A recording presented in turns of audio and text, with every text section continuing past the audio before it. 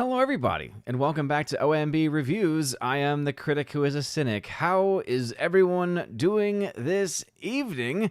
Happy and blessed Monday, and welcome to episode 526 of the Welcome to Asgard podcast, where tonight we're going to talk about the box office for Smile 2 not being as good as I had initially thought it to be. This is something, of course, that I found out immediately after my box office breakdown video yesterday. I was able to actually get it up to date in the article I wrote for geeksandgamers.com, so we'll go through that article tonight. Talk about why those numbers really are not that great, especially in comparison to the first Smile film. Pretty surprising there, I will be perfectly honest about. And also, we'll talk about Venom 3. What is the actual truth of the Venom 3 numbers? Is it a hit? Is it a flop? Or is it a bit of both? We'll talk about that tonight also. And I have not been able to catch up with the most recent episodes of Tulsa King and the Penguin. I'm about halfway or so through the most recent episode of Penguin, and it is fantastic still, though we are getting to a part of the show that I'm not a huge fan of personally. I feel like it's going in a certain direction. We'll have to wait and see exactly what happens with it, but so far, the show has not really let me down all that much, so still very, very good. Tulsa King, similar story there. I think I was able to get to the first 10-15 minutes of the most recent episode. Still very, very good show also. Before going any further, though, please make sure you smash that like button, live that fire button over on Odyssey, smash the rumble button as well, as we are live on all of the major platforms tonight. Let's go ahead and say hello to the people who are in the chat tonight. Hopefully everyone is coming, everything is coming through perfectly fine. Please let me know if you're watching over on Odyssey or the Green Machine, as it always does mean a lot. All right, let's get back into the chat. Start up the chat tonight. Hope everyone is doing swimmingly well. And first off, we've got Gary Banjo Sandwich Worthington, who at 6:53 said, oh boy, some awesome shows like Tulsa King and the Penguin keep me sane when we have some stinkers out there. At least someone is delivering the goods. And that's the thing, though. I feel that if you really think about it, if you really look at the last several years and the content that we have received, there's always at least one or two shows that are out there. And this has been kind of the way it's been for a long time. And there's some other shows, too. I mean, I think everyone has different genres that have really been able to speak out to them in different ways. I am personally a pretty big fan of Only Murders in the Building as far as comedies are concerned. I just think there's something that Steve Martin and Martin Short are able to do very well. The chemistry they have is just unmatchable. And even though I'm not the biggest fan of Selena Gomez, I think that her character in that show works pretty well. But that's just another one of those examples that we have, right, of shows that are actually currently out right now that are pretty entertaining, to say the least. We got Snorpoopus Cuber. Hello, humans and other quitters. What's going on, Snorpoopus? Welcome back. He says, of course, hello. Thanatos Vlititas saying, hello, Odin from the other time. Yes, from 7:16 p.m. We got Alex McCarthy, who is a longtime member here on the channel. So, Alex McCarthy, thank you very much for being here. Dude, thank you for reaching out to me the other day. Alex McCarthy reached out to give an update on how his life is going. Glad to hear that you are in recovery, man. Still a ways to go, but you got this, dude. So, if you are listening, just know you've got my thoughts and prayers. You've got the support of this community, and you are well missed in the chat, especially your bad and terrible movie opinions. So we look forward to the day we get to hear about those once again. It seems like Kincaid Rumsky has kind of taken over that role slightly with his obsession with the Meg, but I digress. We got Laura, the Mother Major General, Shorty Short. What's going on, Laura? Saying hello. Hello, Laura. Hello, Laura. We got Carl Jacobs in the chat. Hail to you. Jimmy A., who is a member here on the channel. Thank you for being here. The Morak hanging out as well. We got Icthulu hanging out. What's going on, Icthulu? G-Monkey76 saying hello as well. Forever Sci-Fi is a member, saying hail. The man with the orange hat reminding everybody this is indeed the realm eternal, but behave and have fun. No trolling or spamming. Odin will get to your questions if you use @Odin. Do not spam different questions. If you break those rules, you are done, and he will lay down his mighty axe. He has a mighty axe. Do not let him use it. He is waiting. Always waiting to use the mighty axe. Thank you, Orange Hat, for always keeping an eye out on the chat, laying down the rules. Morak, what's up, brother? He had to say, I apologize if this was discussed recently. How was the Rolling Raven Award nominations been going? Oh, it's been going pretty well so far. About 43 entries have been put in. Now, keep in mind that every entry can have up to 3 categories. So it seems like it's doing pretty well. I actually saw this chat comment before going live, and so I decided to pull that up. And so according to my metrics, it's been, we've got about 45 entries. But there's been some where it's just one nomination, where, for instance, one person in September nominated James Earl Jones for Lifetime Achievement Award, Most Overlooked Person, as just one example. Not really giving away too much things there. But it has been interesting to see some of the nominations as they have been coming in. I've even been nominated once or twice, which I'm quite sad by. I'm quite saddened by, but it is what it is. But yeah, so far it seems to be going pretty well. And yeah, if you want to be able to nominate things early, there is indeed a link. Let me see if I can actually find said link. Let's see if I can find it in the history. I can indeed find it. There we go. I'll go ahead and post this on all of the platforms so that way everyone knows exactly where to go.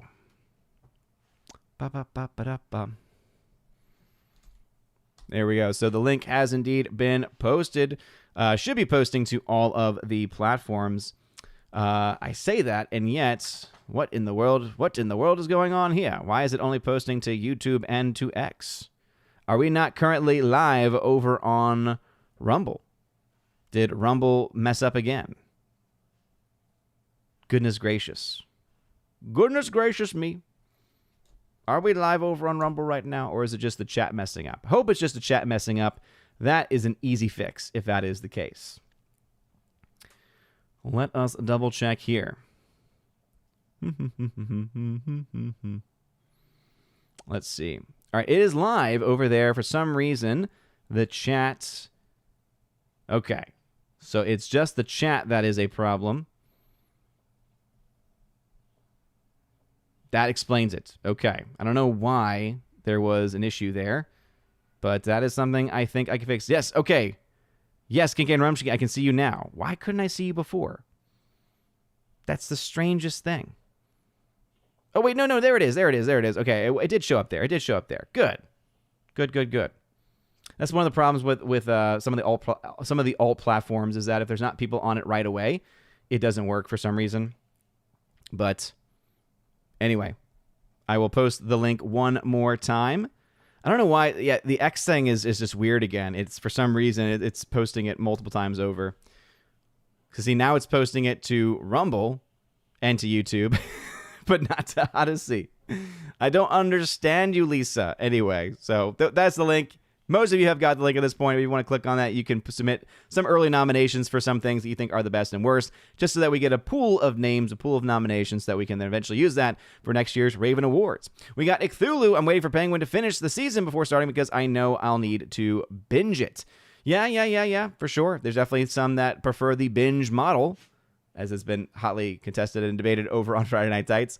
But I understand. I definitely get it. It's been fun, though, to get it's not very often there's shows that we can actually look forward to every single week. So there is something nice to that. Obviously, it's nice to be able to just watch the next episode whenever you want. But there's also something really nice about just having content that is worth looking forward to. It's not a very common thing in the world today, unfortunately. We got Luke Zilla hanging out in the chat. We got Mr. Wingster, who is a member here on the channel. What's going on, Mr. Wingster? Our pet troll. We got Wayward Noodle. What's up, Noodle? Thank you very much. Mr. Wingster talking about sports ball. In this case, the baseball, the greatest game, America's game. Saying, go Dodgers. Yeah, I have no dog in this fight. I don't like either team. I don't like the Dodgers. I don't like the Yankees. So whichever one wins, we all lose, in my mind, in my humble opinion. Dragon Bricks X, what's going on? Lance, what's going on, brother? Good evening, Mr. Odin. Good evening to you. Thank you for being here. Tulsa King on Paramount Plus. Also, by way of the high seas as well. Kicking Rumsky at 7:48 p.m. There he is. Are you worried the Penguin may be headed towards marital relations? Yes, indeed, Kicking Rumsky. I am concerned. This is a true statement. Yeah, the part of the episode I am on about halfway through the most recent one, it's actually extramarital, I would say, and it's also between two people of the same variety, I guess you could say, and it's just, again, one of those tropes that is so common in our media today where it's like, oh, these two women are alone in a room together. Okay, yeah, I see what you're trying to do here. And it's like, really? Is this really the direction that we need to go? Probably not. All right, Kimberly G. Killian Shadowcat, what's going on, Kimberly G? Welcome back, saying hello, everyone. Drinker did not hate Venom 3. Said it had heartwarming moments. Yeah, I listened to his review earlier, and he didn't make me want to see it. Because the one thing I love about Critical Drinker is that he's honest with his thoughts. He's honest with his review. He's like, look, this movie is not good at all. This movie is actually quite garbage, but he had fun. And that's kind of honestly what I felt when I saw Venom 2. I did not think Venom 2 was a good film. And there were many moments where I was just rolling my eyes at how bad it was. And yet the theater I was in had so many people in it that were having fun, that were laughing, that were clearly entertained by that product. So we do have to take those things into account and recognize that, at the end of the day, they do it for a reason. They go to see those movies for a reason. Those first two films made a lot of money for a very good reason. But we'll talk about that in a little bit. The first thing we need to do, though, is go into some numbers here. So we need to talk about Smile 2 because I gave some incomplete information. Sundays are a very difficult day because there's so many things going on. Obviously, there's the beauty of the Mass every single Sunday, and there's also you need to get home, take care of lunch for the baby boy. I say baby boy, he's 4 now, it's just insane. So for little Thor, I need to take care of him. I need to get him down for his nap, and then of course there's the little baby Sif now, who's just turned 1. And that's just around her nap time, too. So it gets a little crazy. It gets a little crazy. And so in my attempt to try to get the video out, was looking at the numbers for Smile 2. I'm like, well, it's making its money back, and so I guess it's good, and it's probably better than the first movie. And turns out, nope, that's actually not the case at all. And I quickly corrected this as soon as I started, after my video was over, writing the article for geezygamers.com. And so we'll talk about that. But obviously, we're about to talk about some cash. We're about to talk about some of the things... some of that change, right? Some of that cash. And so it's only appropriate that if we're going to talk about any of the Mass, that we got to do this. Time to see a real mathematician at work!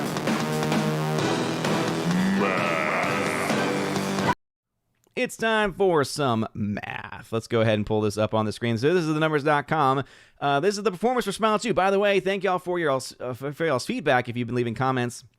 On my recent video, I asked in the video, hey, do you prefer the dark theme or not? Only one person said, it hurts my eyes. Everyone else, though, overwhelmingly said, yes, I prefer this quite a bit. So for now, I'm going to keep it. I'm going to keep it as is. So the international numbers for Smile 2 2024, $83.7 million. That seems on the surface to be pretty darn good. If we pull up the summary, it should have, theoretically, the budget. It seems not to have that in this case. It cost $28 million, though, it cost $28 million to make the movie. And so we do have to obviously keep in mind that at $28 million a pop, $83.7 million is very, very close to actually making some money. Now, the interesting thing, though, about this was when I saw this number and I recognized and remembered that the budget was only $28 million, I thought, okay, this movie seems to be doing pretty well. Hey, guess what? I also thought I remembered seeing that the opening night for Smile 2 was better than the out of the original. I thought, oh, that must have been holding true for the rest of the days. Turns out that is not the case at all. So again, luckily I was able to get my article for geekygamers.com out the other day, and these are the actual numbers for Smile 2. So first off, I actually have a full breakdown of Venom: The Last Dance, but I also have Smile 2 as well. So here is the actual truth when it comes to Smile 2, according to my own words from my article over at geezygamers.com. Check out my articles every single week. Every Sunday, I write these articles, and they usually get posted sometime Sunday evening. Maybe sometimes get pushed to Monday morning, but typically they are there. So anyway, Smile 2 is an interesting release in that the original movie had a decent opening, but held very well for many weeks after. Smile 2 had a better opening day than the original, but ended up losing the adjusted weekend number by about $100,000. So what that means is that the opening weekend for both Smile and Smile 2 were very comparable to each other. However, the original Smile, when you adjust those numbers, had a $100,000 advantage. So obviously, this film, Smile 2, did, did even better on the opening night, but as far as the weekend was concerned, fell off quite a bit. With the sequel seeing a staggering 59% drop, the original only dropped 18%. The chances that Smile 2 will be able to match the domestic success of the first film does not seem very likely. Even though the ticket sales for the sequel are down quite a bit, the low budget of only $28 million means that the film is on the cusp of breaking even already. And so even though this movie is on the cusp of breaking even, the profits are going to be coming within the next couple of days, in fact, and this movie is probably going to make a fair amount of profit by the end of its run. We do have to acknowledge the fact that this is not going to get anywhere close to the $213+ million worldwide that the first film ended up making. And it comes down to the fact that, as you saw from that first number, the original film only dropped, and I had forgotten about this, but the original film, which came out around, 2022, only dropped 18%. So from weekend 1 to weekend 2, it dropped 18%. So you take into account that this new film made $100,000 less than the original, and then that's in the opening weekend, and then dropped 59%. So as you can see, now there's about a $10 million difference between those two movies, and that's a gap that likely will never be made back up. Now, Smile 2 might be able to make a little bit of extra cash in the next couple of days, since we are still in the midst of spooky season, with Halloween itself being on Thursday of this week. But it is still a very hard sell nonetheless, because word of mouth means a lot, and horror films, even on Halloween, are not always a guarantee of anything. You might see an uptick in sales, but a film does still need to be good. A film does need to be able to bring people out there, have that good word of mouth, have that good effective marketing as well. And I've heard pretty good things about this movie. So that's what the interesting thing to me, and probably the most intriguing thing, is that the film, to my knowledge, has gotten some pretty good reviews, has been in many ways lauded as being even better than the original in certain regards, but clearly that is not resonating with people, with the fact that the numbers are simply what they are. You don't go from a first film dropping only 18% to a second film dropping 59% in the matter of just a couple of years, unless there is something clearly going on there. It says, with a second weekend cumulative total of only $83.7 million, the first was at $89 million worldwide at the same time. So the advantage also goes to Smile 2's international opening there. Smile 2, to the original Smile, it goes to the advantage. Smile 2 is projected to make between $119 million and $167 million by the end of its run. While the original film was able to reach over $210 million when all was said and done, the massive drop in comparison to the first movie in the second weekend indicates that the newer film will not see anywhere close to the same holds from week to week. I can project that even though Smile 2 is set to make $25+ million in net profits, it is a far cry from the nearly $100 million films, $100 million in net profits for the original. It is still likely to make any investors in the film happy, especially when you remember that the streaming potential could make up for any disappointments. And that is where I end that article, and I still hold to those thoughts that I do think that this movie, though it's not going to be anywhere close to the financial hit, both in as far as all-time complete total box office by the end of the run, and also by the net gain profits of this film not being anywhere close to that of the original, it's still going to be a win in their book. They're still going to be able to make enough profit. Again, $25 million plus means you make your budget back. You made your budget back, and then you made enough for another budgeted movie similar to this one. Typically, you want to get your budget and marketing. Lord knows they'll be able to make that next part up probably in their VOD sales. So this movie still has, of course, a life after theatrical on VOD, has a life after also on streaming. And if they decide to sell this movie and the rights specifically for this movie, especially those international streaming rights, which can sometimes go to different places, since this film, I believe, is a product of one of the companies that has a streaming service. This might be a Paramount movie. In fact, I see the Paramount photo in the upper corner. So this film is probably going to go straight to Paramount Plus. But they, if they wanted to, could sell the rights to someone else. They could also, of course, decide to sell those at least international streaming rights, because I don't believe Paramount is as wide or as broad of a streaming service as the likes of a Disney Plus or even like a Max or one of those places. So, yeah, this movie going to make some money. But facts still remain facts. It's not going to make anywhere close to that of the first film. But anyway, wanted to set the record straight on those numbers there. as I didn't really dive as deep into those numbers in my video from this weekend. But anyway, let's get back into the chat. We got Lex Ladendi, who is a member here on the channel. What's going on, Lex Ladendi, saying, ahoy, oi. What's up? Thanks for being here. We got Rob D hanging out. Hello, Odin. Did you see that 1600 theater drop for Joker 2? And I can't say that I'm that surprised. I believe it's already available on VOD, if it's not all, or it's very close to being available on VOD, and no one's going to see it. So it was very smart of them to pull that thing from theaters, because it's just it's a drag on on their market shares, right? Because you have to keep in mind that the longer a movie is out, the less money back the less money back studios get. Studios usually get the biggest chunk of change from their opening first and second weekends. So if you've ever wondered why it is that most movies from major studios have the same number of theaters, or maybe even more, for their first 2 weeks, it's because of the contracts they make with studios. Now, those contracts have changed quite a bit since COVID, and I don't have as much knowledge of what those contracts are like, because I worked for a major theater. I worked for an AMC and was able to rise the ranks to a supervisor role and work in the marketing department, ran the marketing for my theater. And so I was able to see a lot of the internal emails, how the booking sheets worked out, and what those typically look like. I was also from there also able to see just how awful Disney was to any theater, because, and I mentioned this before on stream, basically what Disney would do is they would say, oh yeah, hey, Mr. Theater, you want our movie? You want to show our movie? Oh, okay. Here's the thing. We're going to take 90% of those opening weekend profits from you, by the way. 90% of the box office goes straight to us for this first 2 weekends. After that, we can negotiate, but those first 2 weekends are ours. And oh, by the way, if you want to show our movie, you also have to guarantee, if your theater can show it in 3D, you have to have X amount of 3D showings. Oh, wait, you've got an IMAX showing? You got to show it at X amount of IMAX showings. You don't do that? Oh, guess what? You don't get our movie. Yeah, they played a lot of hardball, and I did not like it at all. It also was very tricky for the managers who had to deal with the actual scheduling.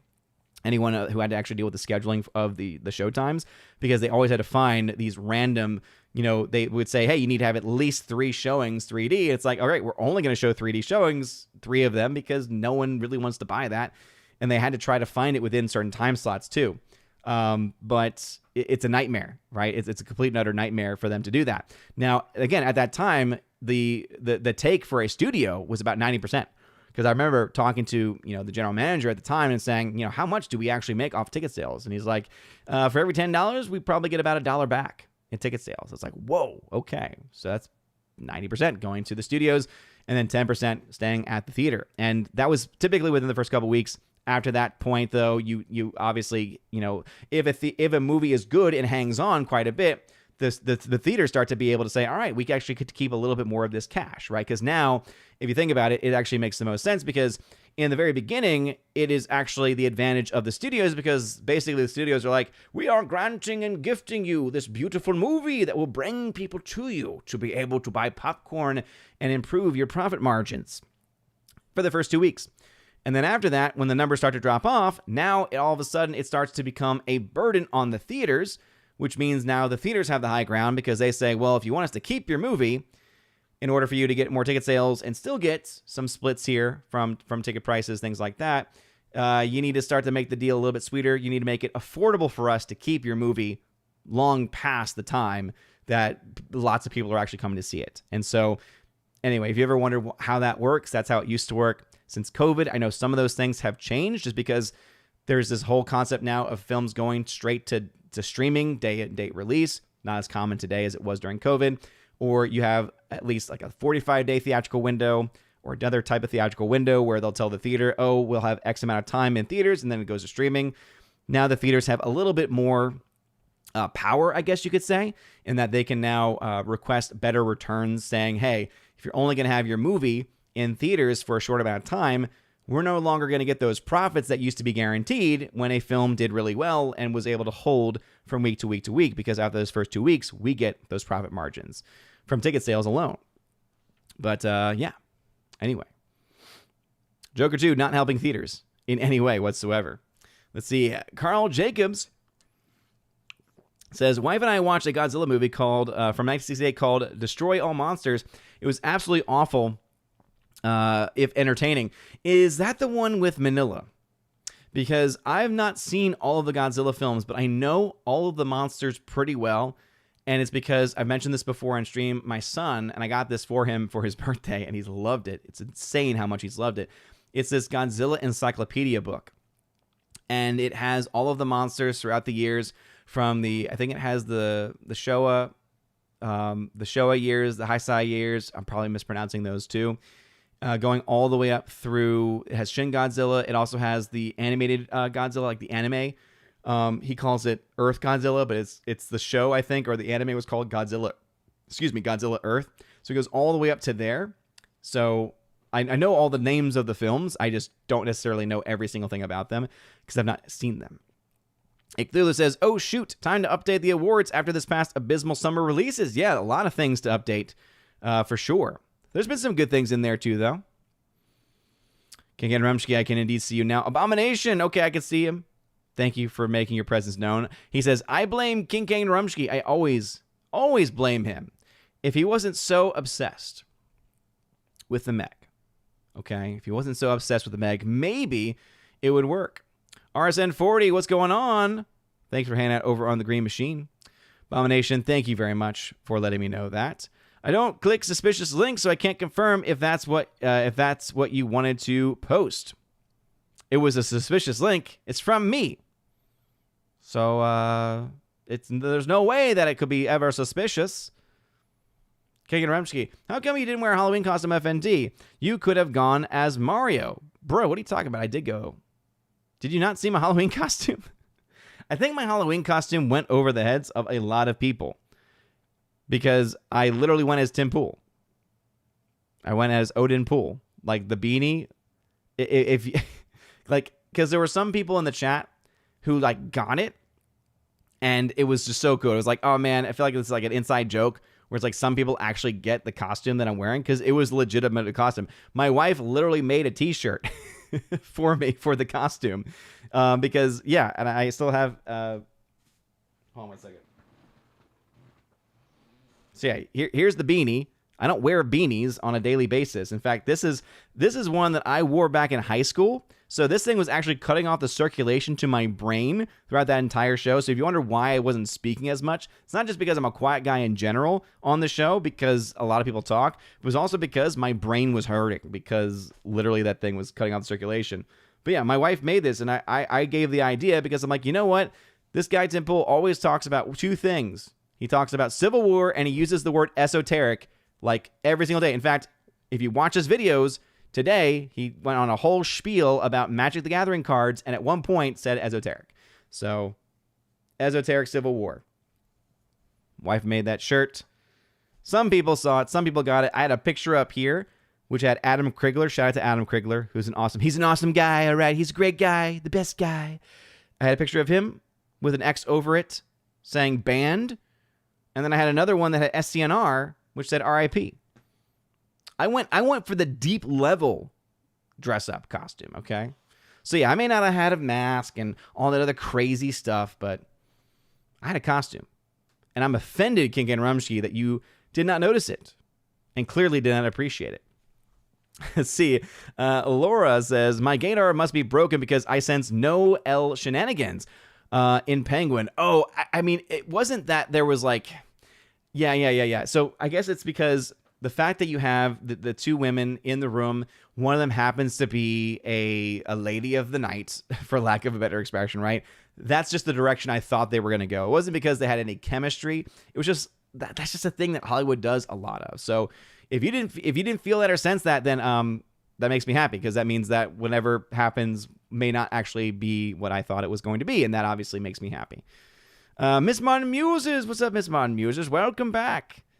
Glad to have you here. It's been a while. Always love seeing you in the chat.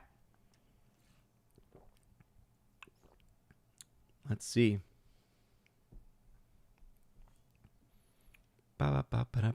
Luke Zilla says here, Odin saw Venom 3 last Thursday with some friends. While it's not a really great movie, we all had a fun time. That seems to be the case. I think Critical Drinkers review seems to confirm that. And as I said, Venom 2, most people universally say it's a terrible movie, and yet there were a lot of people that had fun with it. Maybe Venom 2 was kind of like the Meg 2. And maybe Venom 3 will be whatever the Meg 3 will be like. Maybe Kincaid and Rumsky can give us some insight on this very fact. Let's see. The man with the orange hat saying, I rated Venom 7.5. It was too oversaturated with comedy as I had predicted. Subjectively, I put it at an 8.5. It had potential, but there were big problems with it. I assume you mean Venom 3? Can't say I'm surprised to hear that there were problems, though. Abomination. Life gets crazy when you have kids. I never would have guessed. Totally unrelated. Shad says Edward could beat Blade. Wow. Now, Shad has to be kidding. Has to be doing that for the hate clicks, for the rage bait. Because there's no way any person in their right mind would ever say those words there. That Twinkle Boy is going to beat the Vampire Slayer. I mean, come on. Come on, man. Can't get around. I knew that you'd appreciate that. Jimmy A. Considering the performance of the movies this month, we could label it Floptober. But maybe. I mean, as we always say here on the channel, even though there are several movies that are clearly not doing very well, there's always some bright light at the end of the tunnel for some films. I think about especially movies like The Wild Robot, which is a phenomenal movie and is, I think, on pace to be able to make its money back. But even then, I think that the point still stands, because did The Wild Robot even come out in October? Maybe it did. It's how long time has passed by for me. No, yeah, it released September 27th. So, yeah, technically not an October release. So, yeah, you would be correct. Every film that's released in October, with Joker, I think, being one of the first ones. Maybe Megaflopolis did too, but at least from then. But, okay, but I say that, and yet that's why I'm always glad to have the chart in front of me. Terrifier 3 is the big story, obviously, making $23 million in net profit for a film that only cost $2 million. So we're talking about a movie that has made enough money to fund however many sequels they could ever want to and still have money left over. That's how impressive that release has been. So, yes, a lot of flops, but hey, that little independent movie that had independent distribution, non-rated, Southeast Kaiju. But what do the numbers say? What do they say? Mr. Winkster, Venom 3 was terrible. Best I can do is 7 out of 10 IGN. Yes, of course, Mr. Winkster. Of course, the truth ultimately comes out. Laura, Team Dark Theme. Yes.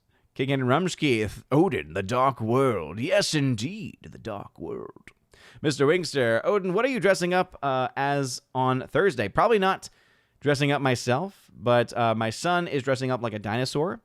And my baby girl, I think she'll be a pumpkin.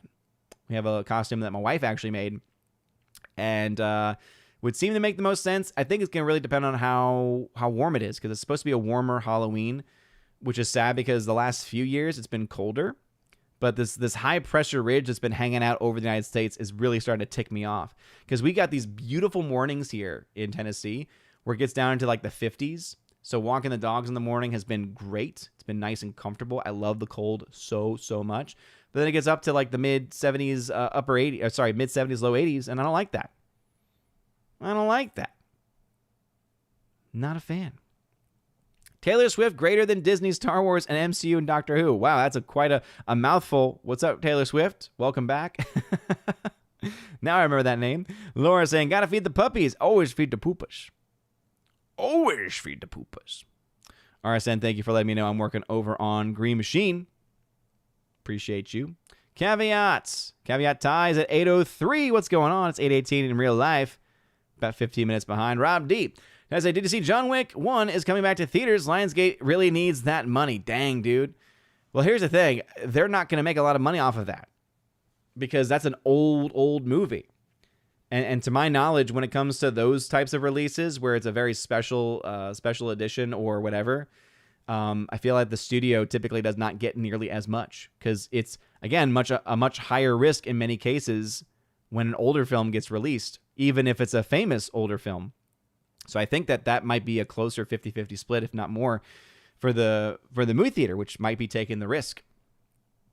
But they are clearly desperate for money because they need it. I mean, honestly, I can't really I can't really say I'm disappointed in them, or I really can't say that I'm all that surprised because, yeah, when you're not making money from any of your films being released, you might as well put the ones that did make money back out there. Luke Zilla, apparently Greta Gerwig wants her Narnia movie to play in over 2,000 theaters before going to Netflix. Personally, I think she is a very poor choice as director for that property. I would agree. I would honestly hope and pray that the project falls apart completely and because of creative differences, and instead that they are they're able to find a better director and a better creative mind that could actually do justice to those movies. I don't think that she can. I think that she ultimately will try to put whatever identity politics that she wants into that project because that's what she's done her entire career. Every single film that she's ever done has had some type of feminist messaging to it. That's just who she is as a person. Clearly, there's a market for that. I mean, hey, Barbie made a ton of money. And a lot of it's because the women who went to go see it either didn't notice it, which is insane to me, or they did and they were like, oh, it's fine, girl power. And I'm like, oh, gosh. Go away. Go away. The movie's garbage. Keely Chow, what's up? Welcome back. Saying, how are you, Thor, Freya, and Baby Sif doing? All are doing quite well. Thank you. Thank you very much. The man, Hardwick, what's up? I hated the ending of the first Smile and just now looked up to see how the second one ends. I now know I wouldn't like the ending of that one either. Oh, always having things spoiled for you, Hardwick.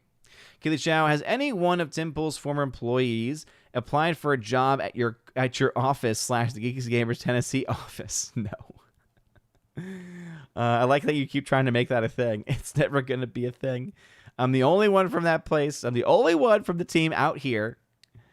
And they're going off to San Antonio, but I can't do that because I got a job. I got kids.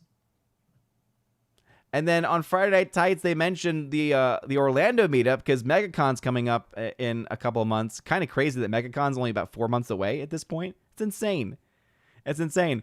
But then all of a sudden, Jeremy's like, oh, yeah, maybe we'll do it on a Wednesday. And I'm like, don't do it on a Wednesday. MegaCon's one of the few things that I can actually do because when it's on the weekend, I can actually drive down to Orlando and make it in a decent time. But if you make it on a Wednesday, I'm not making that. Sorry, I can't skip work. Can't be like, hey, work, you know what? I'm just going to, take a couple days off because I need to go to a convention down in Florida for my side gig. Not going to happen. But plus, like, even more so, because it's less so about me. It's more so about the fact that there are plenty of other people that would love to be able to make those meetups who can't go during the week because they work. So, yeah, you can do really well with locals. Lord knows there's a crap ton of people in Texas who watch FNT. But think about how many more people could go if you tried to make it out over a weekend or something. I don't know. That's just me. What say you? Saudi Kaiju. Godzuki. Kimberly G. Anyone in the chat plan on watching Dune Prophecy? I might watch it.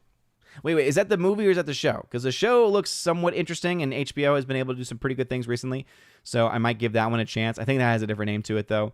If that's the movie, I probably wouldn't, only because how they ended the last Dune movie completely retcons everything about Chinese character, especially. And Shani's character, I'm going to say the name differently every time. Shani's character is so much, to me, better in the books because it just makes more sense. But they clearly are setting up for her to be a huge part of the story moving forward, and that's just not really the reality of anything. So, yeah. Anyway, Keely Chow comes in late and then just leaves. Thanks just by posting the ice cream. Come on, Keely Chow. You're letting me down, Keely Chow. Heartbreak Ridge, what's going on, good sir?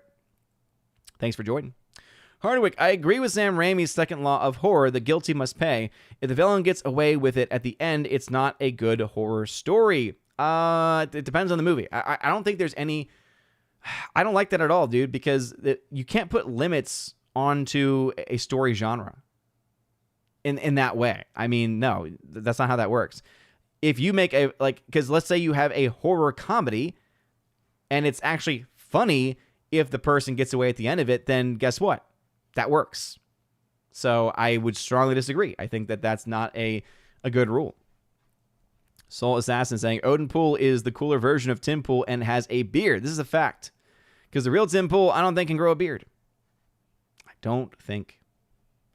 Really old movies. Didn't tag, but I saw this comment. I think the problem with your costume was way too good, and you sound a lot like Tim Pool. Dang it. Dang it. Oh, man. Was it too esoteric? Was it too esoteric? I knew I went too esoteric with it, okay?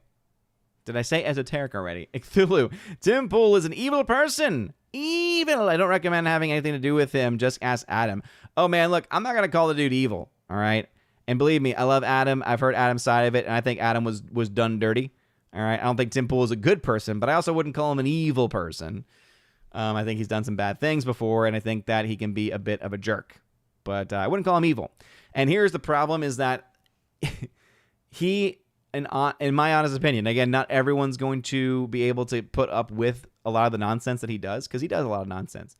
He, to me, though, is still the best person at the job that he does, specifically his daily coverage of stories. No one else that I know of is doing the same thing. I know that I remember I was watching a stream, and I believe that someone mentioned the Quartering. I know the Quartering does 1,000 videos a day, but because there's so much different content that he covers, it's not always specifically like news-related stuff. So it's not really, in my opinion, it's not a very good, what's the word I'm looking for? It's not a very good substitute, I would have to say. I don't know. Mr. Winkster says, it was just lazy. It was just lazy. Hold on, I hear one of my dogs licking. Willow. They've been very itchy and licky lately. And we've done all the things for them, and it's just never enough. It's never enough for you, Willow, is it? We got 2 of your teeth extracted, and it's still not enough. One of them we had to do because it was like split all the way to the root, which was not good. The other one was cracked, but had not split yet. So since she was already under, they took the other one. Oh, Willow. King and Remsky. Odin, who's Tim Pool? He's a political person. He's got a massive YouTube channel, Timcast IRL. Come on, bro. Laura, Lady of the Night. Exactly. I have to say it that way. I mean, I could say like, oh, she's a hooker. But then it's like, what am I speaking rugby terms here or something? Gosh. Abomination. Does Penguin have a big goofy monocle and Swiss Army umbrella? No. He's a much more realistic grounded take on it, which is not as fun, I grant you, but the way that Colin Farrell plays the part is just brilliant. Just brilliant. I enjoy it so. Justin C., what's up, brother? Saying here, Hale, are there any films you're looking forward to in the last 2 months of 2024? Well, thank you very much for being here in the chat, and thank you for asking also. So, let me pull up the release schedule. Let me pull up the good old release schedule. Let's put that up on the screen right here. Got to take your comment off for a second, though. So, on thenumbers.com, let's see what we've got coming up. We've got Godzilla Minus One getting a re-release. That's pretty cool. Guess I could say I'm looking forward to that, though I don't think I'll be able to actually see it because the last time it came out, it was playing here, and it was like a special re-release, and the times were terrible. And I got kids, so it's very limited. Nothing in this weekend that I can see. Bonhoeffer is one I'm interested in. Angel Studios actually have, oh my gosh, so I have screeners for Bonhoeffer and a plethora of other Angel Studios movies. I need to get on top of that. I've fallen so far behind. Once the school year starts, it's so hard to keep up with everything. But Bonhoeffer is one I'm looking forward to. I've been hearing good things about Gladiator 2. So I'm cautiously optimistic for Gladiator 2. If it turns out to actually be good, color me intrigued. I would love to see a good film set in that time frame. It's got a good cast. Oh, let us see. Nothing there that I can see. I was excited for War of the Rohirrim until the trailer came out, and now it looks like garbage. And Nosferatu, maybe? But the director is a little bit too crazy for me as far as his content. I think he goes a little bit too obscure with his filmmaking. He's a beautiful filmmaker, just goes a little too obscure. So I guess Nosferatu, but yeah, that's about it as far as the rest of 2024 is concerned. So, yeah, as far as theatrical releases. Now, there might be a lot coming out on streaming potentially. Obviously, that's a whole other bag. But yeah, hopefully that answers your question. Since I already got the scream up there, let's also talk about Venom. Venom, The Last Dance. Last Dance. I feel like I did that for another movie the other day. Well, a couple of years ago, maybe. I can say the other day. I've been doing this too long now, it seems. But The Last Dance made $175 million worldwide. My goodness. Now, the big question is this movie a flop or is it a hit? Well, I can say at this point, it is mostly a flop and not yet a hit, but maybe could make some money. It's a little too hard to tell at this point in time. The big thing is, as you can see, this massive discrepancy between Venom 3, The Last Dance, and the international numbers, right? The domestic and international. Domestic, $51 million, the lowest in the entirety of the franchise by about half. Both of the first movies, the first and second, made about $90 to $100 million when you adjust for inflation, and ticket sales were just about around 8.9 million tickets sold, whereas this movie, 4 million tickets estimated. Less than 4 million tickets, in fact. So we have, in one case, a film making over 8 million tickets. This one, more than half of its money, over half of its audience, really, when you bring the ticket sales into the matter, more than half of the audience was lost between the second and the third movie. And it had seen a slight uptick in certain regards between the first and second. Both of the first and second were almost equally, to my recollection, successful. In fact, let me go ahead and pull up the Venom franchise chart up here, since we can do that. Again, I always have to stand corrected. So yeah, $856 million was the first movie that's unadjusted for inflation. And then Venom Let There Be Carnage, Venom 2, $501 million. So they were still both successful, but the first film, easily the most successful. A big part of why I think the second movie did not make nearly as much is that even though it actually had a pretty good start, right, as you can see here, $90 million, that's right. I need to fix it in my head. So when you adjust for inflation, the first Venom film actually did, I think, on paper better. Because I think when you adjust for inflation, this maybe gets upwards to, I forget which one it is. I need my ticket sales chart. Ticket sales? Ticket sales, where are you, ticket sales? There's ticket sales. Do not pay attention to this template right here. There it is. Okay, there we go. So yeah, the first movie, adjusted for inflation, is $97 million. So the second movie did actually make more money. 97.9 versus 104.4. But the first movie sold more tickets. So that's because the first movie in 2018, that ticket cost $9.11. Goodness me, were those cheaper times by quite a bit. Whereas it went up to $10.40 in 2021 when the next film came out. It was also COVID year. So one has to keep into account, right, that even though it only made $500 million, that's still pretty good for the COVID year. That was impacted especially heavily by COVID. But not nearly the same could be said for Venom 3, which dropped all the way down to 3.9 million tickets and $51 million worldwide. So, sorry, $51 million domestic opening. So this is where we currently are with this movie. So as you can see, the numbers are very, very clear at this point in time. Now, we do have to look at these right here because look at this numbers, right? We have $46 million being reported from China. Now, let me see if these numbers have maybe updated since. I don't think they have, so I'll probably have to undo that, but we'll obviously double check. Yep. So right now, the numbers can't be pulled from the numbers.com because numbers.com is very slow in getting their numbers up to date. We'll pull up the main page once again and just see what international markets have been updated. As you can see, they're slowly starting to fill in, but 46 million has been reported from China. So again, sometimes the links just do not work on the numbers.com for some reason in the data retrieval. But look at how large China's share is versus every other market, right? 46 million from China. The next largest is Mexico at $7.3 million. So when we say that this movie is a flop, keep in mind that a lot of that has to do with the fact that the movie cost around $120 million to make. I know that there's some reports out there that it cost 110, but I've seen others reporting 120. It would make a lot of sense to me if the film cost 120 based off of just it being the last of the movies and what they typically spend on these kinds of films, at least especially in today's world. And remembering that even though the break-even point is much lower than what most MCU films, typical, generic MCU films from Marvel would be, and this, of course, being a part of this Sonyverse Spider-Man extension in many ways, has to therefore make a ton more in comparison because of that discrepancy of domestic international. Remember, that when it comes to Western movies, Western studios, they only get 25% of the box office from the Communist Party in China.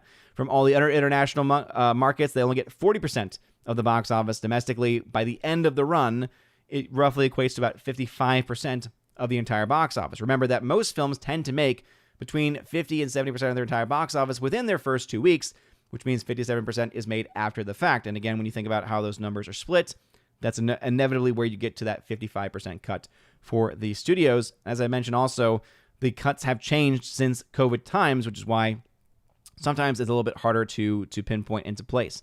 That being said, with the numbers as they are, $175 million is definitely a strong opening, but that still means the film right now is around $190 million in the red.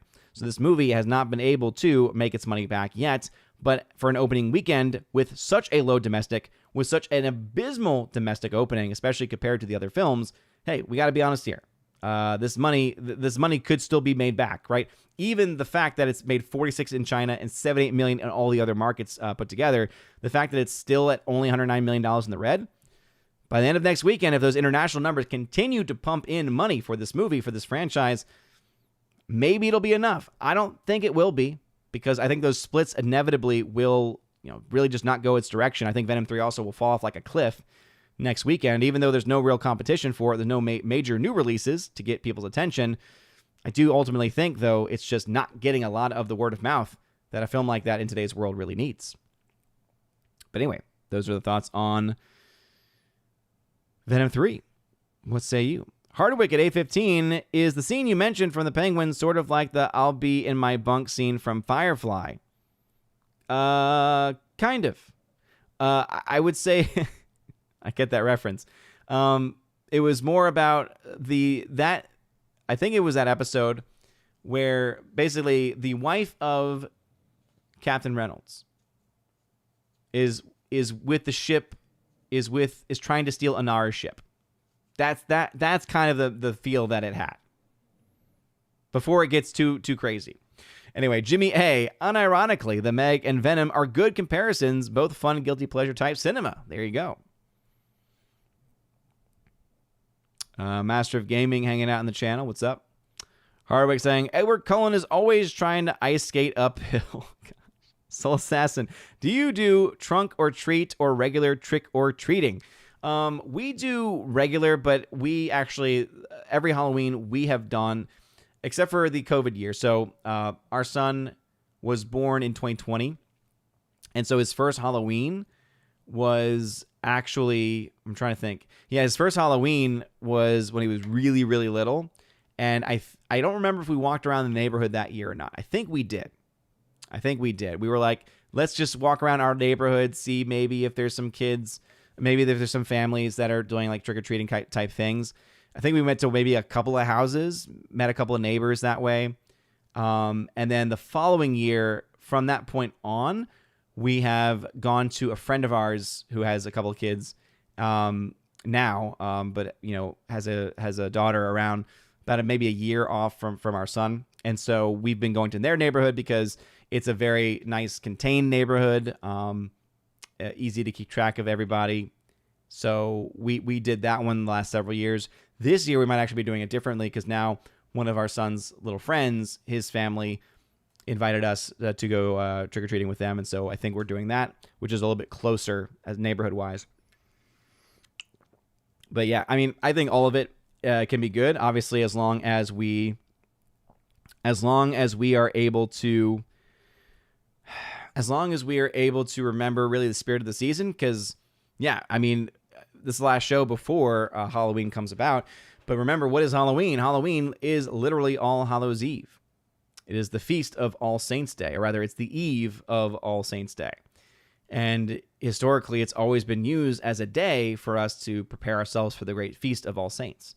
It's a part of the Hallowtide season. There's 3 days in Hallowtide, which is All Hallows Eve, Halloween, All Saints' Day, and All Souls' Day the following day after that. Very rich history.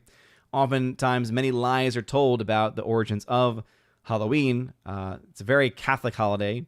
It's not really a pagan holiday. Much of the things that we have from Halloween are much more Christian, Catholic-centric than they are pagan-centric. Pagans actually kind of try to reclaim it for themselves in a very weird way. But there's plenty of videos out there that kind of dispel all the rumors and all of the misinformation that is out there about it. But fact remains, it is a Catholic holiday. And so I think that as long as we allow kids to have fun, but at the same time not forget the reason for the season kind of thing, then everyone's okay. Dragon Bricks says she will probably make Aslan a lioness in disguise a la Mulan. I won't know about the in disguise part, but I could definitely see her making Aslan a girl lion. I could see that. Master Gaming, my favorite movie quote of 2024 is "There's only one blade, and there's only ever gonna be one blade." Dude, yeah, you know what? I have not gotten a lot of nominations for best one-liner or best quote. So make sure you nominate that, Master Gaming, okay? Because that movie, I think Deadpool and Wolverine will probably have the most nominations and maybe even will dominate. So if you have a lot of quotes that you like from that movie, go ahead and nominate all of them because you very well could be getting the start on that short list of nominees being almost entirely from one movie. Could be fun. There was some good lines in that. Laura saying, reposting because skipped. Coworker saw Venom 3 and liked it, but she is a Yankees fan, so not sure I trust her judgment. Oh, I did miss that comment, Laura. Oh, no. I don't know why I missed it. That's so sad. I don't know why I missed it. But, oh, man, that's... I love it. I gotta love the sports rivalries. Yeah. Because I am, by nature, I am a Red Sox fan. Don't hold that against me. It's only because my brother went to school up in Boston, and my first MLB game ever was at Fenway, and I fell in love with it. So I've been a fan ever since then. I've not been an active fan the last several years. Ever since COVID, I kind of lost interest, especially once they started doing all their really silly things with not having the fans in there. And you know, there's been some weird things that have also happened with some of the teams and the whole trans thing. So kind of fell out of love with it, but I still love the game. So I've been checking in every night, though, to see how the games are going. It's just such a fun game for me. I know it's not the most interesting to a lot of people, but I love it. Hardwick saying, last year a Netflix executive claimed that their Narnia movies will be true to the Christian themes of the books and that Gerwig's Christian upbringing influenced her take on the material. But that terrifies me because just because someone is Christian and because they were brought up as Christian does not mean that they're going to understand it, does not mean that they're going to actually do it justice. Because the question is, but what is she right now? Okay, because that's the person who's making it. It's not the person who grew up Christian. It's the person who seemingly is not Christian now, based off of everything that I can see, at least from her and how she presents herself. Does not seem like she is the kind of person that is in the right headspace to tell a story as grand as this and to keep those same Christian themes. Every time I think about it, all I get are the same vibes that I got for A Wrinkle in Time. Ava DuVernay's A Wrinkle in Time. Because she de-Christianized that movie so completely, it was soulless garbage. Orange Hat, the man with the orange hat, saying, honestly, I've completely lost interest in Tim Pool. His incessant three topics, Civil War, World War III, and bunker rations. He has become rather tedious with his rhetoric, just my opinion. Oh, dude, I agree. There's no doubt he's repetitive. I think it's because of the type of brain I have. His content is very easy to have on the background. So it's like I feel like I can keep up with what's going on and at the same time still be able to do other more important things than listen to him. But I do agree. I thought his whole, oh no, my graphics card thing was awful. That stream should have never happened. And it was the thing I was mad most about. We talked about this a bit on the Salty Saturday podcast. If you want to hear more thoughts on that, check out the Salty Nerd podcast channel, Salty Saturday this past weekend. We go in depth on that one. But the worst of all, and I mentioned this then, was the fact that Dave Landau, that they had a guest on, and that Dave Landau was their guest. Like, it's so unprofessional to do that with a guest on your show. That's awful. It's ridiculous. Abomination, Odin. Hey, boss and coworkers, I'm going to take the next couple of days off so I can say hi to a bunch of people. Okay, thanks. Kimberly G says, I don't know why I keep saying Shez. Kimberly G says, it's the show. It certainly is. It's a great game. Master of Gaming, thank you very much for is this a super sticker? I don't know why things are not loading up in my little alerts bar over here. It's a weird thing. I don't get it. But thank you very much for the super sticker. By the way, thank you also to Miss Mon Muses for her super sticker earlier as well. Again, I wasn't able to tell because it didn't pop up in my alerts panel for some reason. At least it's showing up here in the chats. Rom D, Jeremy's going to schedule every Geeks Gamers event for any time between Monday through Friday, 11:30 a.m. to 2:30 p.m. Eastern time. Yeah, basically, Rob D, it's like seriously, guys? I know that y'all don't have full-time jobs. Most of y'all don't have full-time jobs, right?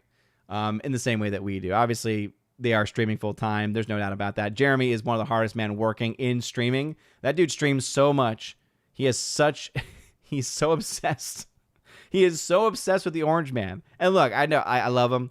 And I actually really like his coverage when he does live events because it's very easy to follow along because he makes it a point to not talk over the speakers of the events that he's covering. He adds his commentary only when he feels like it's appropriate. I think he usually does a pretty good job of doing that.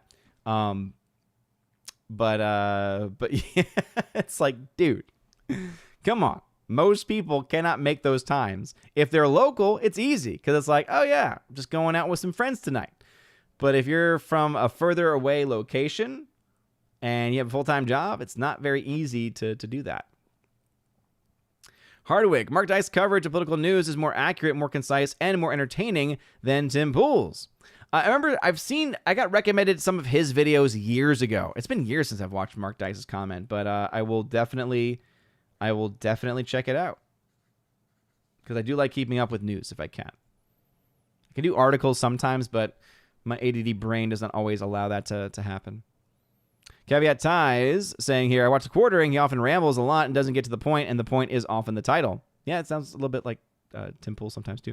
Abomination, it's not a very, what's the word I'm looking for? It's not a very esoteric substitute. Dude, Abomination, you read my mind. Abomination, you read my mind. I was literally about to say esoteric. And I was trying my best to be like, I can't say esoteric. Oh, shout out to Abomination. He gets me. Abomination says, weird. I just noticed Odyssey stream only goes back 15 minutes. Interesting. I didn't know that. Mr. Wingster, and I have high expectations. You need to be 6'3" or taller. I have a 6-figure salary and an 8-pack of abs. No exceptions. Oh, man. And unfortunately, I'm only 6 feet. Caveat Ty says, I'm excited for Wicked. No. This is coming for someone who has seen the show on Broadway. Sorry, I've seen the show 4 times. I've seen it twice on Broadway. Thrice on Broadway, and then once touring. Big fan of the show. I saw Idina Menzel, who was the original Elphaba on Broadway. I've seen Stephanie J. Block, who was phenomenal. Eden Espinoza, who was phenomenal. And Shoshana Bean was also phenomenal, too. Those were the 4 Elphabas that I saw. Couldn't tell you who I saw in the other roles, but those were the ones I remember the most. But no, I love the musical. The problem is the movie looks garbage. The movie looks like crap because they decided to do full CG green screen nonsense. And it looks so cheap. It looks just so ridiculous. And then you add on top of that all of this nonsense coming out from Cynthia Erivo. And if memory serves, and Laura, if you're still in the chat, isn't Cynthia Erivo one of the actresses that was in Bad Times at the El Royale? I don't know why I was trying to say like at the Battle Royale, but wasn't she the one in Bad Times at the El Royale who I actually really liked? And I think she maybe even sang in that role. And it's sad because that means that she actually is a talented actress, but she just can't shut up. Just has to go down rabbit holes that she shouldn't be going down. Like, I'm sorry. It's one thing to be critical of the supposed, like, so-called, racist group of people. It's another when you go after a fan of yours, essentially, right? A fan of someone looking forward to your movie, obviously a fan of the musical, and her crime is simply, hey, I took the poster that the movie studio made and decided to change it ever so slightly so that it looks just like the original poster for the musical.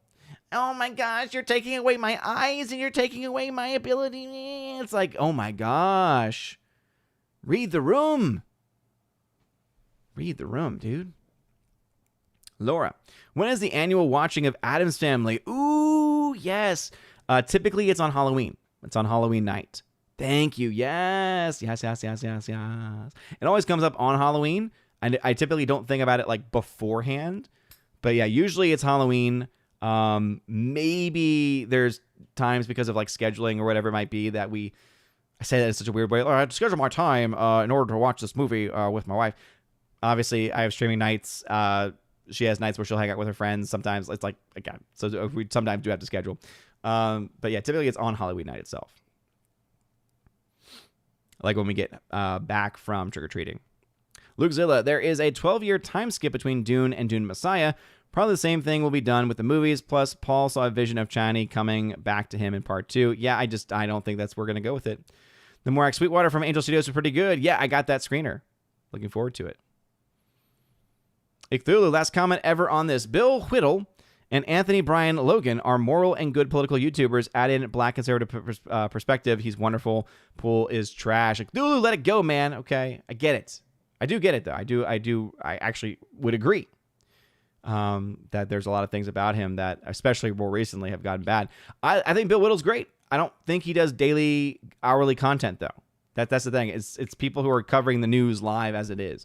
Haven't heard of Anthony Bryan Logan, or I think I've seen maybe a couple things from Black Conservative Perspective. But again, I like having those, hey, here's your 10 a.m. video, your 1 p.m. video, your 4 p.m. video. Someone is similar to that, then let me know. It sounds, at least it seems like Hardwick was suggesting Mark Dice is doing something similar. But Kimberly G was a member saying, I do agree with Odin about Chani's, I don't care, character being off in 2. I didn't like it either. It's just not her.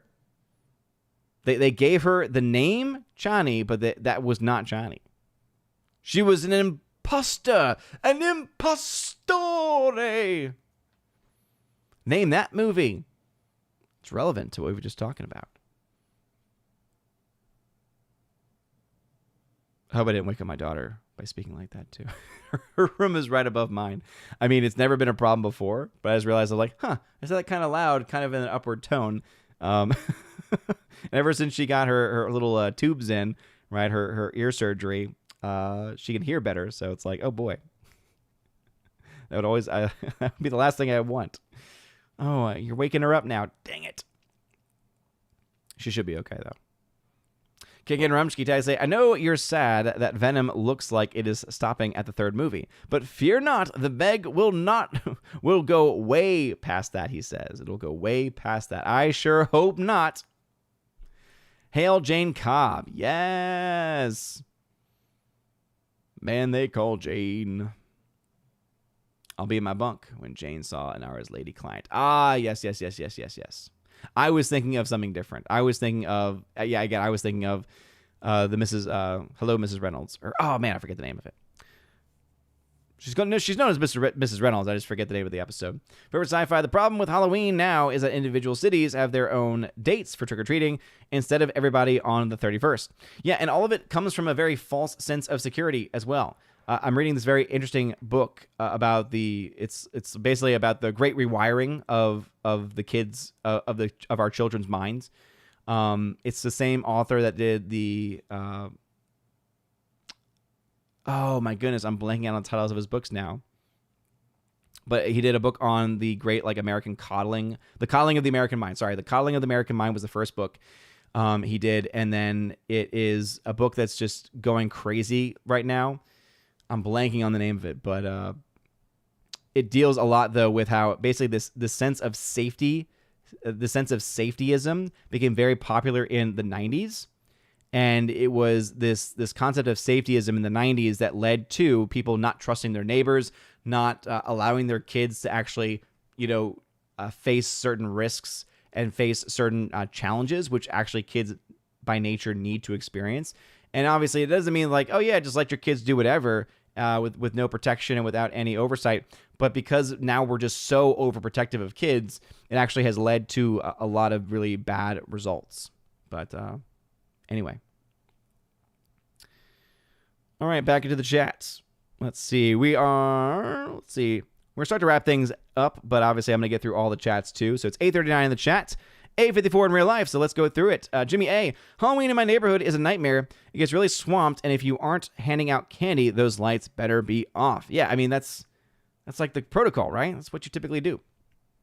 I think in previous years, we decided to like have a bowl out and be like, take one. We're a bit antisocial. I'm not going to lie. As much as I hated COVID and as critical as I am of it, because it's legitimate criticisms and it was evil what they did, as someone who is an introvert and who just likes being alone and like spending time alone, I'm very much like this homebodied person. I'm a staycation. They're like, are you a staycation guy or a vacation guy? I'm like, I'm all staycation. I don't want to deal with people. I'd rather just stay where I am, enjoy myself. But yeah, that's what we did. It's like, we at least get to take advantage of this, not have to interact with anybody. It's so bad. It is so bad. Let's see. The Salty Pep. What's up, the Salty Pep? Watching over on X. Thank you for watching, dude. And thank you very much for leaving a comment as well. Just thought you would like to know. I would like to know, and I appreciate it. Tina B. What's up? Netflix isn't Christian. No, they're not. Who said they were Christian? Oh, man. Tina B says, if I missed anyone, hello. Oh, good. Orange Chat Temple. His brain series out of his ears. Finally, the beanie. I knew it was on his head too tight. Do you mean for me? It was definitely on my head too tight. Gary Benjamin was saying, what is FNT's watch of the week? Oh, man. I don't know if we have any homework this week other than, oh, gosh, it's finally, thank goodness. Okay, so the series of bad TV that we've been having to watch, okay, think about it. We've been having to watch The Acolyte. We had to watch The Acolyte, which then led into us having to watch which then led into us having to watch Rings of Power, which then led into us having to watch Agatha. And now Agatha is finally over. It's ending this week. So we get 2 episodes. 2 episodes, I believe, are releasing this Wednesday. And it's finishing the series. It's finishing the first season, which I think should hopefully be the end of the series too. Yeah, I think they even said that it was going to be one season. So we finally get to the end of it. Oh, man. So other than that, I think we might also talk Tulsa King and Penguin, which I will catch up with as soon as the stream ends, actually. And other than that, I don't think there's anything movie-wise for us to watch. Hardwick, speaking of graphics cards, do you happen to know if the RTX 360s are good? Offhand, I do not. I've not really been following along with those in a while, ever since, because I followed it quite a bit when I was building my own PC. But obviously at this point, my PC, other than the random issues I was having with my RAM, which I think I finally just fixed itself, I haven't really had enough need to follow that. Some of the tech people I followed also started to like put out inconsistent content, so I stopped following them. So I don't really know for sure, but there's some pretty good places out there. Paul's Hardware is a great channel for that. Bitwit used to be really good, but he went through some personal issues, and so I don't think he's covering things nearly in as much detail. But that would be the places I would recommend going. There's a couple others, but honestly, I unfollowed some people that I used to follow quite a bit. There's like a Canadian guy. I forget his name.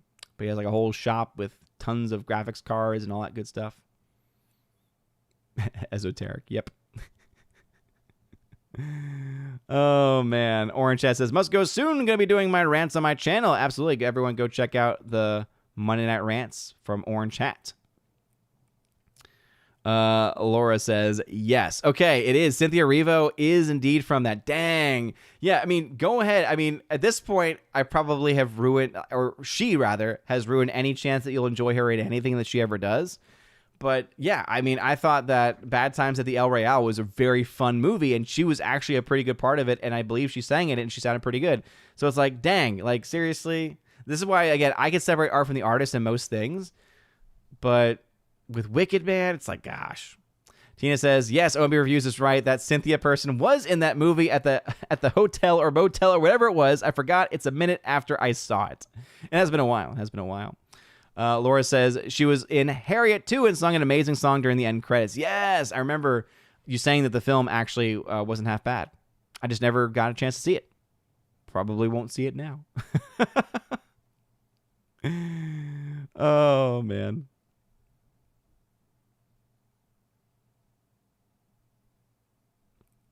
All right, let's see. Mr. Wingster says here, you probably haven't heard this at all, but Tim Pool is bad. Thank you very much, Mr. Wingster. Kimberly G, you have to watch Peanuts. It's the Great Pumpkin, Charlie Brown. Oh, good shout. I'm gonna confessions time, confessions with Odin, tea time with Odin. I've never seen It's a Great Pumpkin, Charlie Brown. I know, I've never seen the Thanksgiving, the Halloween, because for me, Charlie Brown was always Christmas. It was always the Christmas special. Christmas time is here. And here's a deep cut for any of my people who were on early days YouTube, early days internet videos. I will say right now, it's an incredibly offensive video. It is offensive, like by every definition of what offensive can be.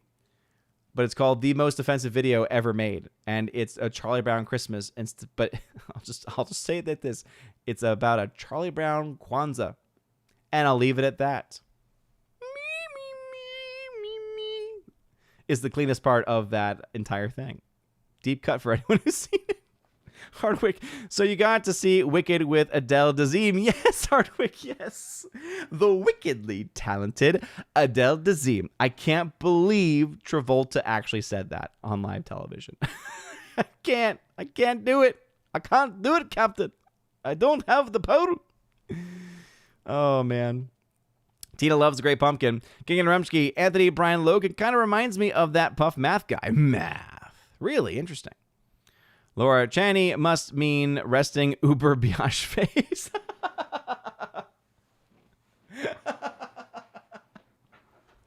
Laura, you broke me.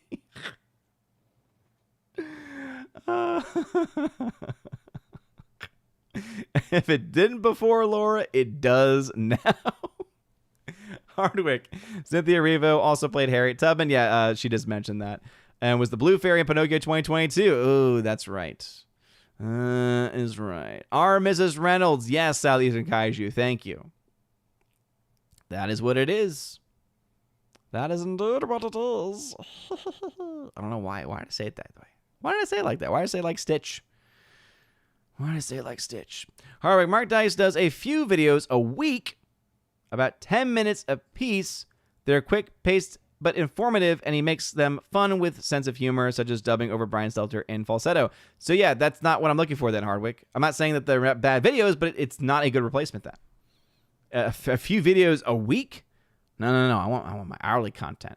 Jimmy A, we actually need to get Kink and Rumsky a cameo in Meg 3 in honor of being the series hype man. Dude, seriously, Jimmy A, if I actually had any power or authority in anything, that's like the one thing I would do. That's the one string I would pull. Absolutely, Jimmy A. That's the one string I'd pull. Tina B, I'm so glad FNT watched all this crap so we regular people don't have to. Yeah. Thanks a lot, Tina. Yes, we have to watch it. Tina, yes. Here's a deep cut. 70B, when Odin was trying to build that computer a few years ago, it was really bad. Oh, it was so bad. It was so bad.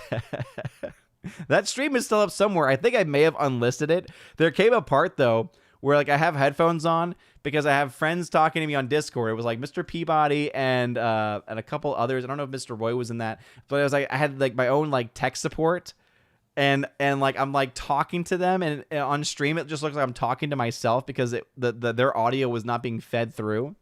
Oh man, I'm so glad it got built. Victor Fontaine, come fly with me. What's up? Box Office Theory tracking Wicked to have a $135 million opening weekend. Moana 2 to have $62 million. I hope it gets flipped, dude. I know it probably won't because Wicked's going to have a huge opening. I'm hoping that it's as bad as it looks, though, and that it just drops off a cliff. But I am surprised $62 million for Moana. Do not be surprised if Moana gets a massive walk-up campaign. So remember, this was something that was especially covered with like Deadpool, Wolverine, and a couple of the other big summer hits. There was this huge level of Hispanic walk-up box office. I don't know. For some reason, Moana 2 seems like it would be something that would be kind of primed for that. So be on the lookout for that potential to come about. For the actual opening weekend to be a lot higher than the projected numbers because of the walk-up that really can't always be quantified or accounted for. 135 million domestic opening for Wicked, though? Ugh, I hope not. I mean, again, realistic, but I hope not. Lukezilla, have you picked up any recent 4Ks the last few days? I got the 4K of Signs and Deadpool Wolverine. I actually have picked up some, so I picked this bad boy up. It just got in today, in fact, but Trick or Treat on 4K. This is the Arrow Video special release. Arrow Video always does good stuff. I actually bought this one myself. I bought an extra copy too, so that will be featured in a giveaway in the future. But yeah, pick that one up. I think I mentioned this one last time that I do have Twisters on 4K. Shout out to Universal for sending this film my way. I picked up, I don't have it next to me, but the film Silence. First off, I picked up several copies to give away because this film I think is so underrated and should be watched. But there's a special edition. It's a Korean edition. So shipped from overseas, but it's a special edition Korean release that has like a special booklet in it, and it's just a very beautiful packaging, and I love the film. So I was like, yes, I will happily have that. Let's see. I also have, what else can I show off? Oh yeah, I picked this one up. I'm still digitizing it though. But I don't have the others in the set. This one was on sale though. So if you are interested in the Columbia Classics collection, so this is volume 3, the Columbia Classics edition. So it has like the ability to, because of magnets, it folds out. So you get the Columbia image there. Each one comes with a booklet with pictures in it.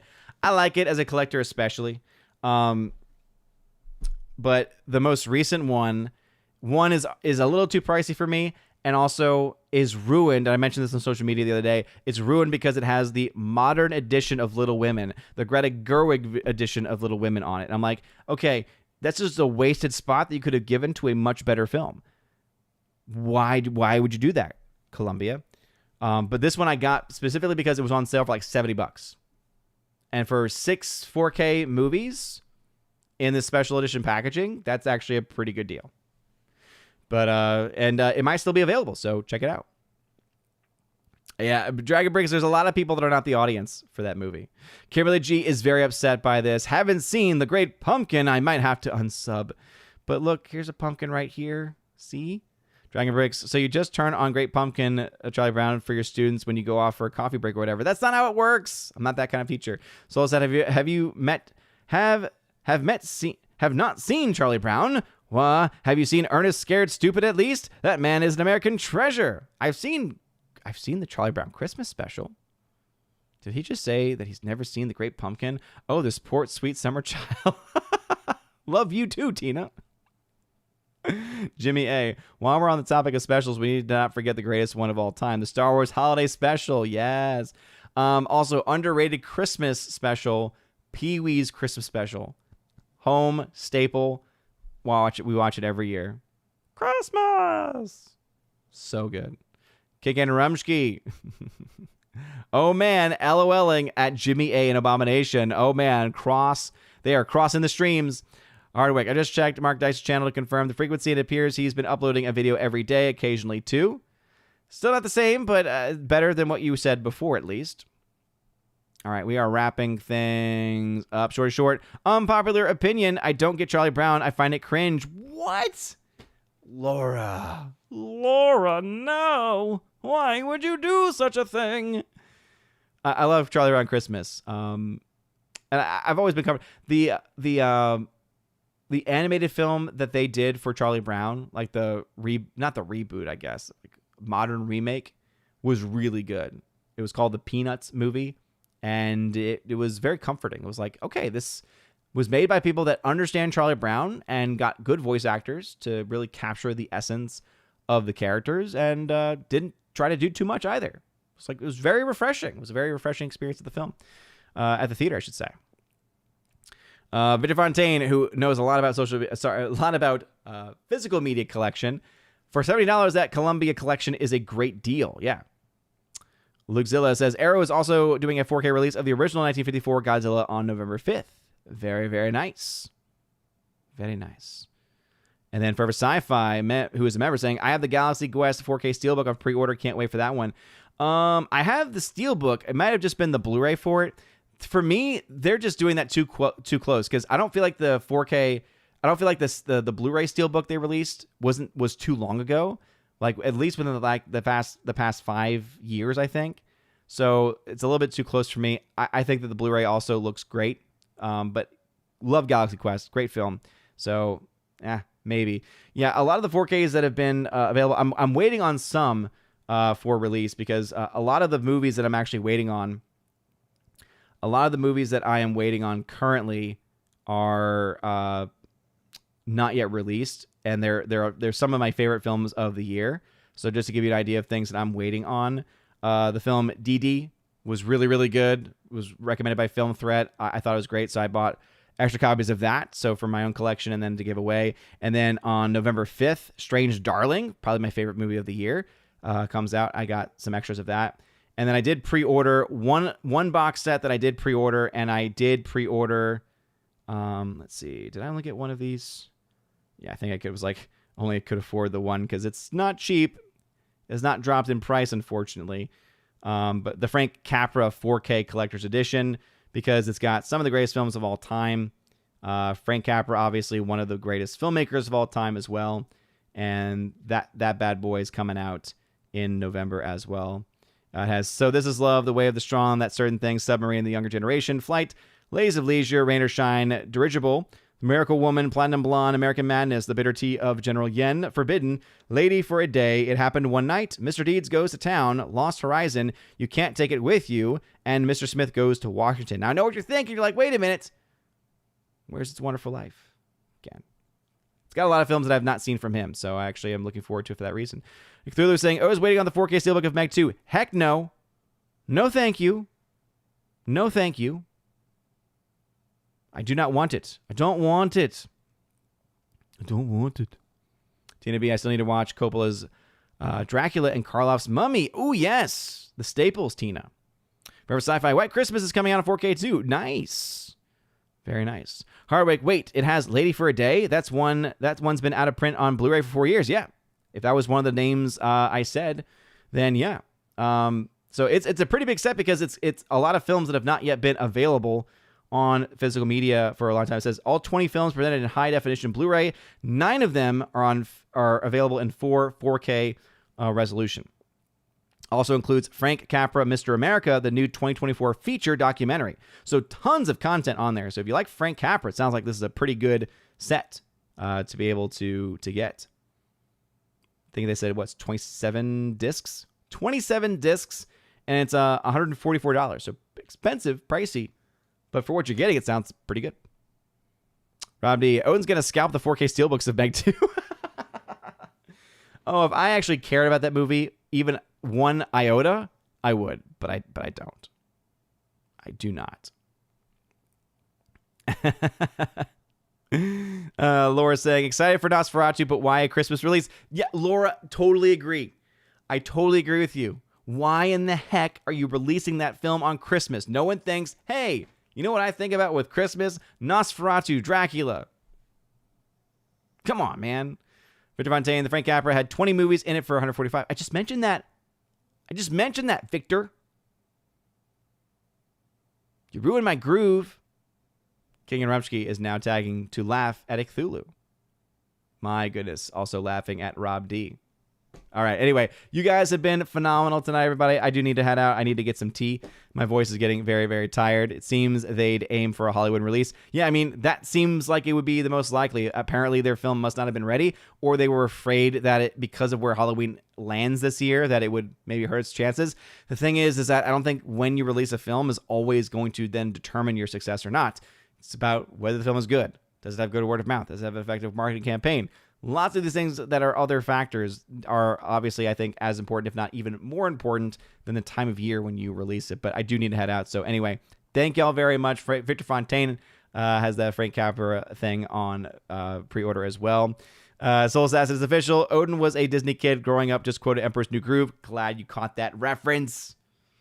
I also have seen it several times recently because my son got into a Emperor's New Groove phase where we watched it like 10 times in the course of about a month. And so a lot of that is still here. Anyway, thank you, Laura. Yes, this is what I need to hear. Bye. You guys are all amazing and beautiful people. I hope you all have a wonderful rest of your night. A blessed, blessed Monday, blessed of your week. And since I'm not going to see y'all until after Halloween, hope you all have a blessed All Hallows Eve. Stay safe. A blessed All Saints Day. A blessed All Souls Day. And see you all on All Saints Day, in fact, because Friday Night Tights comes up this Friday on All Saints Day. So never forget.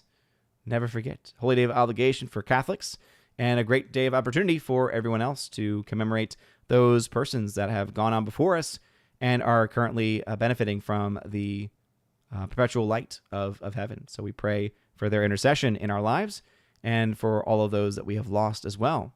You guys are amazing and beautiful people. Have a wonderful rest of your evening. Blessed All Saints Day, a blessed hallowed tide. And as always, God bless.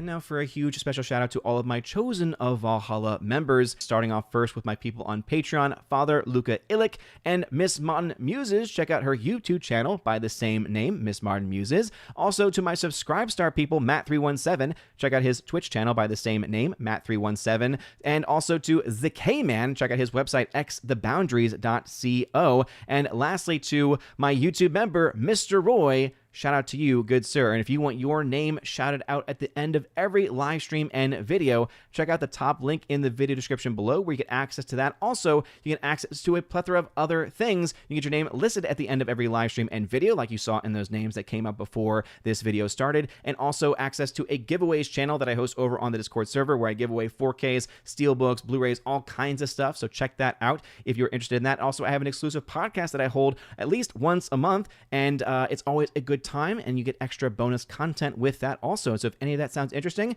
again, check out that top link in the video description below. You guys are all amazing and beautiful people. Have a wonderful rest of your day, and as always, God bless.